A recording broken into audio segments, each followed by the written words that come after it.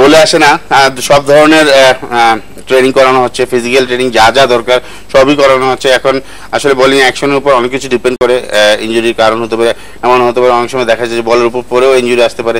তো আসলে ইনজুরিটা কোনোভাবেই বলা যাচ্ছে না যে কিভাবে আসে, বাট আমাদের যারা প্লেয়াররা আছেন বা কোচ আছেন, যারা ফিজিও আছেন, সবাই কিন্তু তাদের হার্ট অ্যান্ড সোল দিয়ে চেষ্টা করেন যে তারা যাতে ফিট থাকে। আমার দেখা মতো এখন পর্যন্ত কেউ কিন্তু ওইভাবে যে আপনার ফিটনেস ছাড়া এসে খেলছে ফিট হতে পারছে না, সেটা আসলে আমি আমার চোখে পড়িনি। বাট সব ধরনের সুবিধা কিন্তু তাদেরকে দেওয়া হচ্ছে।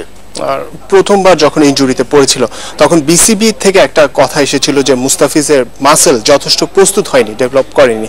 তো সেটা প্রস্তুত হওয়ার আগে মুস্তাফিজ কি খুব বেশি প্রফেশনাল ক্রিকেট আসলে এই ধরনের কথা আমি শুনিনি, এখন আমি বলতে পারি না, বিকজ আমার সময় যখন আমি খেলছি তখন কিন্তু আমাদের এত কিছু ছিল না, তারপরেও কিন্তু আমরা আমাদের যে স্ট্রেংথ, আমাদের যে শক্তি, সেটা নিয়ে খেলছি এবং প্রচুর বল করেছি। আসলে সবকিছু তার মন মানসিকতার উপর ডিপেন্ড করে। আর আমার মনে হয় না এখন কোনো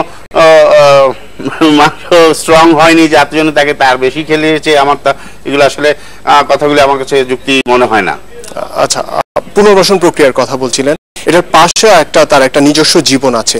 ব্যক্তিগত জীবনে বা লাইফস্টাইলে তার কি আলাদা কোনোভাবে চলার জন্য কোনো পরামর্শ থাকবে? আসলে সবচেয়ে বড় কথা, যে লেভেলে এখন খেলছেন, যে ধরনের জায়গায় চলে গিয়েছেন, সেখানে কিন্তু তাকে অনেক ডিসিপ্লিন বা অনেক কি বলবো আপনার স্যাক্রিফাইস করতে হবে। তাকে অনেক কিছু আছে যেগুলো তাকে মন চাবে করতে, সেখান থেকে তাকে বিরত থাকতে হবে।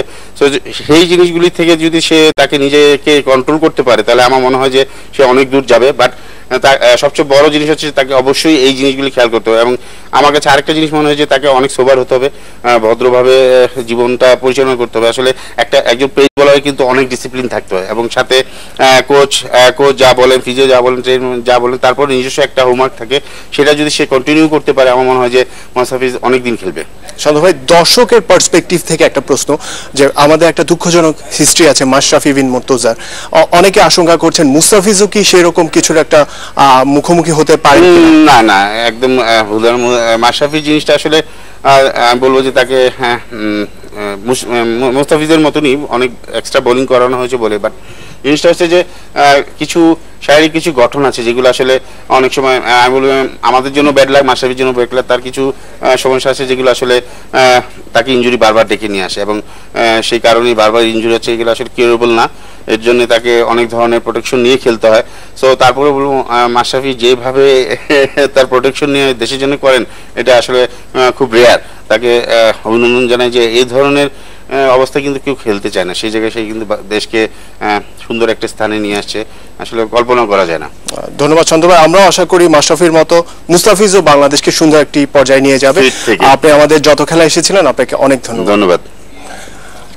চলে যাচ্ছি পরের খবরে।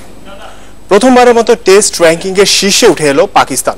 বৃষ্টিতে ওয়েস্ট ইন্ডিজ ভারতের চতুর্থ টেস্ট ড্র হয় 111 পয়েন্ট নিয়ে শীর্ষে উঠেছে ব্যান ইন গ্রিন। শ্রীলঙ্কার কাছে হোয়াইট ওয়াশ হওয়ার শীর্ষস্থান হারায় অস্ট্রেলিয়া। ওয়েস্ট ইন্ডিজের বিপক্ষে চতুর্থ টেস্ট শুরু হওয়ার আগে শীর্ষে ছিল ভারত। এই টেস্ট ড্র হওয়াতে 2 রেটিং পয়েন্ট খুইয়ে 2 নম্বরে নেমে এসেছে ভারত। তাদের পয়েন্ট 110 ও 4-এ থাকা অস্ট্রেলিয়া ও ইংল্যান্ডের পয়েন্ট 108। 6 ও 7 নম্বরে নিউজিল্যান্ড, শ্রীলঙ্কা ও সাউথ আফ্রিকা। 2 পয়েন্ট বেড়েছে ওয়েস্ট ইন্ডিজের। বাংলাদেশের সাথে 10 পয়েন্টের ব্যবধান হয়েছে তাদের।